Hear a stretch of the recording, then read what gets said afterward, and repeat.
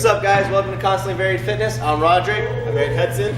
And today we're going to talk about some common mistakes in weightlifting. In weightlifting, while strength is very, very important, these movements are very technical. So if one part of your technique is off, it's going to throw off the whole entire movement.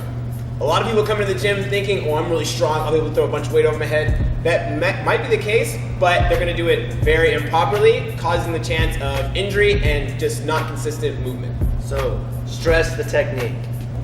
While strength and technique are very important to weightlifting, one thing you need to make sure of is you have enough mobility to get into those positions. Common mobility restrictions we see when people are starting weightlifting never have done it before are tight ankles, hips, and shoulders.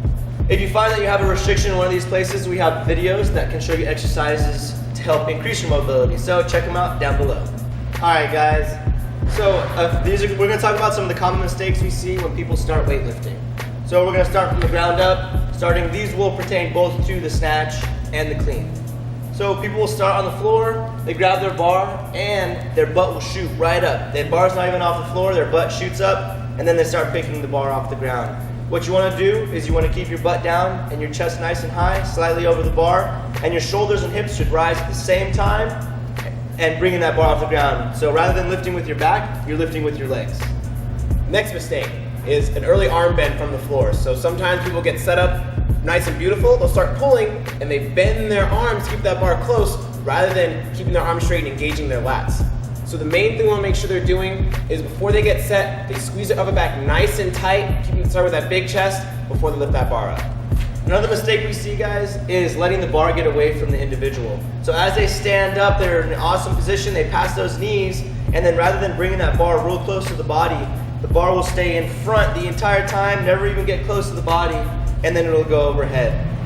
What this might cause is, someone to jump forward, or they're going to have to compensate by overextending rather than going straight up, and it's just a loss of power. The bar is in front of you rather than keeping it close.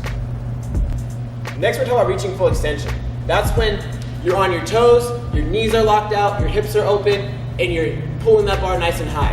When we're doing this movement, we want to make sure we're opening up those hips. We don't want to cut it short. But we'll also make sure when we're doing it, we're getting our torso nice and vertical. We're not bowing out crazy wide, putting a lot of tension in our lower back. Next, we're talking about moving your feet. Once you're ready to drive under the bar in the clean or in the snatch, you want to catch that bar in your squat stance. So once you reach full extension, move those feet out, drive a bar on the bar. Last thing we're going to talk about, guys, is being active in the turnover of your snatch and in your clean. So a lot of times what will happen is people will go to the pull and they'll just guess where the bar is in space and time and they'll just go for it.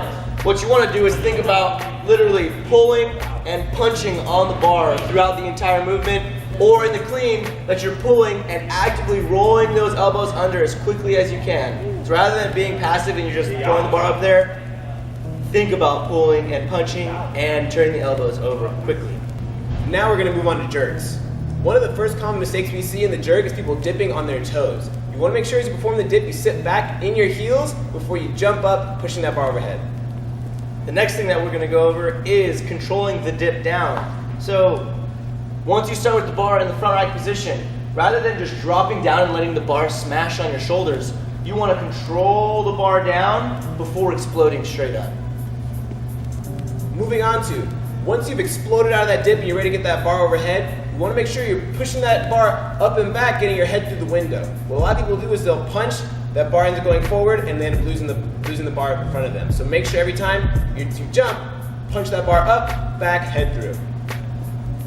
Last thing we're talking about is performing the split with your feet. So a few common mistakes we see is not splitting wide enough. The point of the split, guys, is to dip from here and get yourself under the bar, right? We want to get some depth. Another thing is we see people dip and they drive right onto their front foot. All the weight's on their front foot. They'll dip, drive, and all the weight will be on their front foot. What you want to make sure you're doing is when you split, you have the weight distributed both 50-50 and the weight is in the hips rather than in the front knee or leaning back real far. So these are some of the common mistakes we see when performing the Olympic lift movements. Again, technique is the most important part. If one thing is lacking, it can affect the whole entire lift. And let us know if any of these mistakes are something that you happen to do.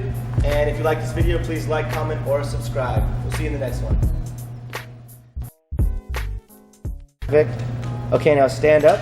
No. Perfect.